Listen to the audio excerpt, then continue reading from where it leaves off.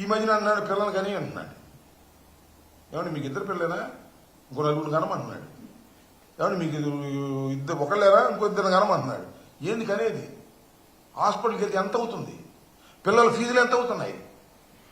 అరే నువ్వు ఇస్తానన్నేమో 15,000 ఎగ్గొట్టేశావు.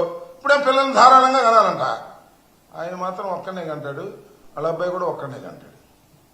ఇది చెప్పేటందుకే నీతులు ఉంటాయి, మరీ ఉండవు. ఇది ఉన్న పరిస్థితి. చంద్రబాబు నాయుడు గారు చెప్పడానికి మాత్రం అద్భుతంగా చెప్తాడు.